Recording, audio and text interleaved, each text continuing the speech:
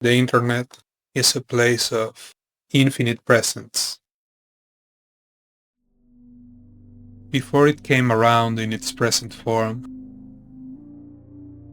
the constant nowness of fleeting moments, once consumed, condemned them to memory forever. There were but few ways to enjoy what was, once their time was gone. And so, little pockets within us were created. This feeling should not be confused with the fear of missing out. Instead, I am trying to depict the desire to enjoy again.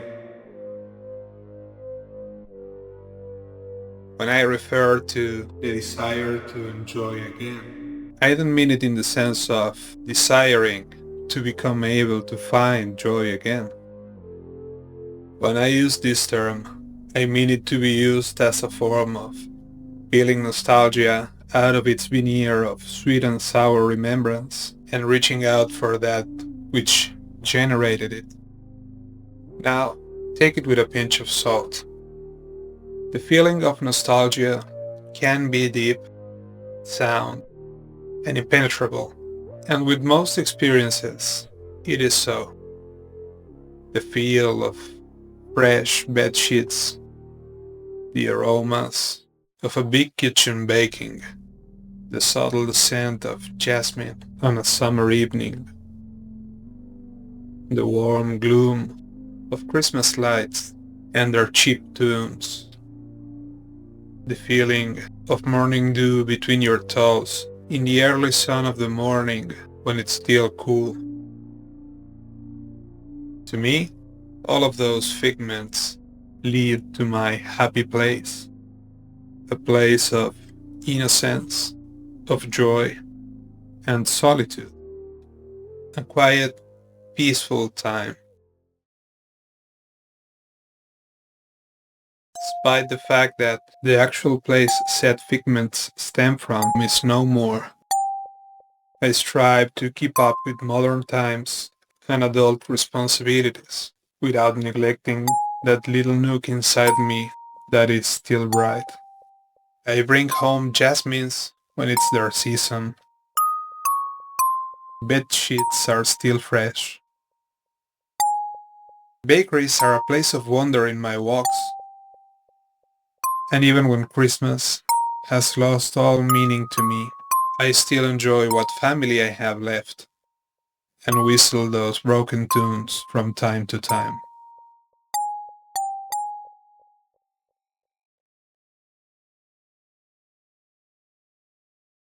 Most of the things committed to the past are generally left there, and, to many, forlorn. Moving on is a healthy thing.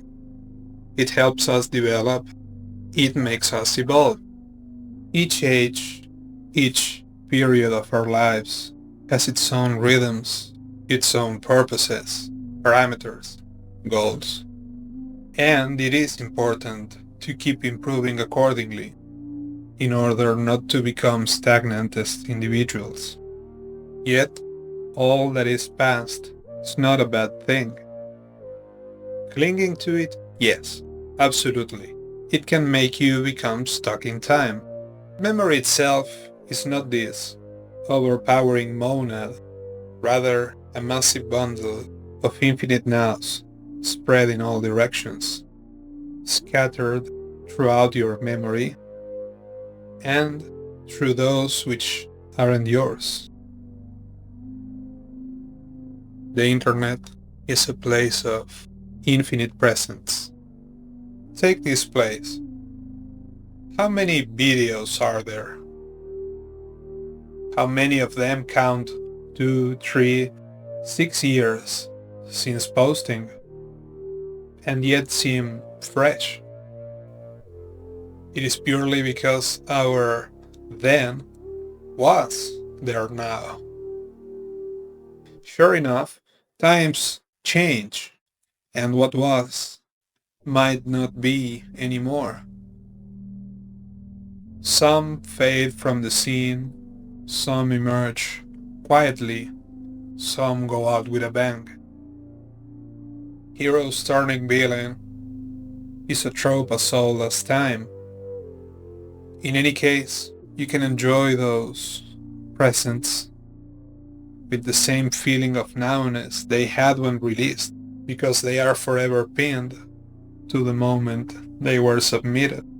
In the same fashion, games gives us similar experiences. Modern gaming is so large and bold, and it has come so far in the way it plays and feels. It seems to have created a huge gap between older gaming experiences and the current ones. Regardless, there are some experiences that are just as good, all things considered.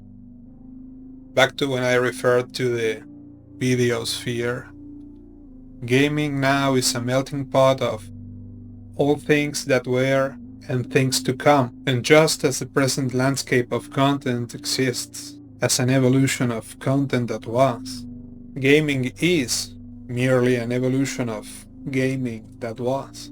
And as content creation becomes refined over time, so is gaming. The elephant in the room, however, is that all gaming experiences were final. Of course, the observation that developers nowadays ship half-baked games is due to exhaustion. That is not my point. My point is that all gaming experiences were final because they were supposed to last. A faulty experience becomes an everlasting mistake, and a good experience becomes a cherished memory. There are countless games in each generation that can fall into either column, and the whole point of this video is the desire to enjoy again.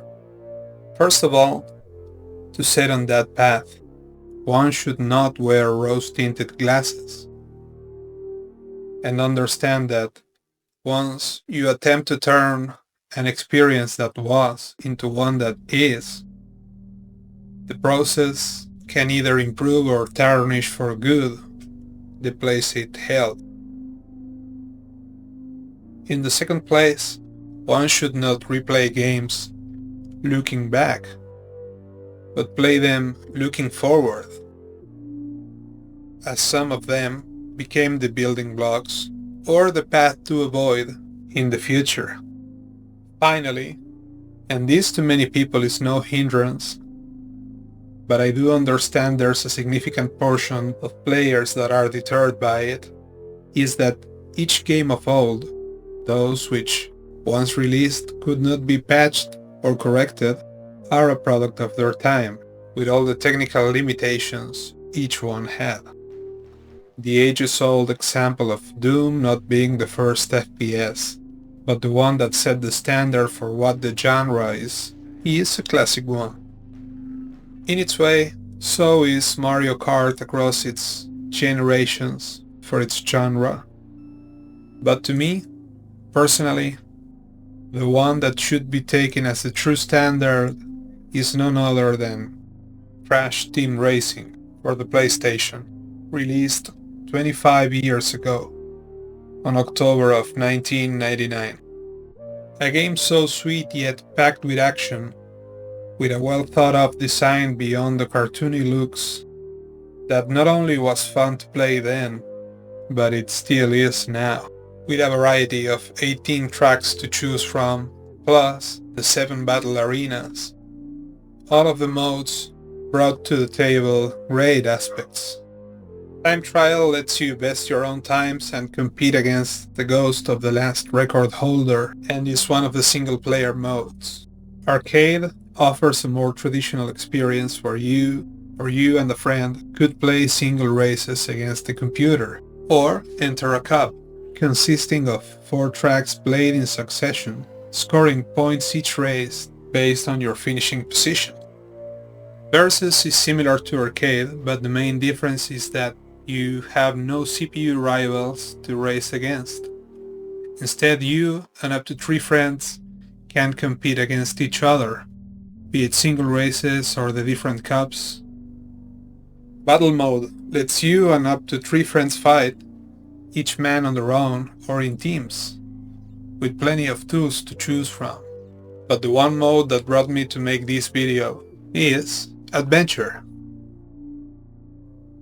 In this story mode, you get to pick your racer and win trophies to fend against the main baddie. You traverse through many levels, besting each world's boss in order to reach the final race. Thoroughly completing the story allows you to unlock new characters, with the exception of a couple that require other means. Anyway, returning to the desire to enjoy again. That which is paramount is not only the fun of playing, but the sense of achievement a game can provide. And this is one that gives them in droves without feeling repetitive. Trophies, relics, tokens, all of them challenging in their own right, are a way to test your skills. Trophies allow you to progress the story. Defeating a boss lets you run for tokens. When all of the same color are collected, you are allowed to play their respective gem color cup, which in turn unlocks characters. And when you collect all relics, you become able to rerun the final boss in order to unlock an alternate ending. So far, nothing more than any other run-of-the-mill game. Except this feels balanced. It feels fair. Granted, each world you beat moves you to a slightly harder one, but despite the many hurdles, it does not feel grindy. In fact, progression feels positively challenging, and each step you make, it feels worth it. It feels rewarding. And so, we look back to the desire to enjoy again. We all have preferred games, preferred experiences. Some we can recreate, some we can share. Most are deeply personal. I was about to argue that revisiting experiences should have the least amount of caveats possible, but enjoying is not about skills. Enjoying is not about graphics. Enjoying is about fulfillment, in any way we can feel so. Maybe your go-to are basic, easygoing games, or maybe they are those with a high skill ceiling. Maybe your go-to are abstract pixel games, or maybe those more real than life. One way or another, no matter what your taste is, in time you will find which titles resonate in a significant way with you, and those will stick around inside you for life. When you find yourself playing them completely immersed and committed with the experience, enjoying them with an open heart as if you were 5 again, it will be then when you get to understand when games beat nostalgia.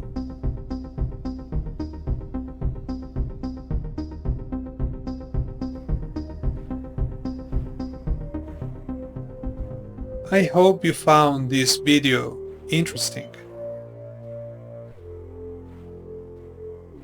I am still figuring out the whole theme I want to get going for the channel.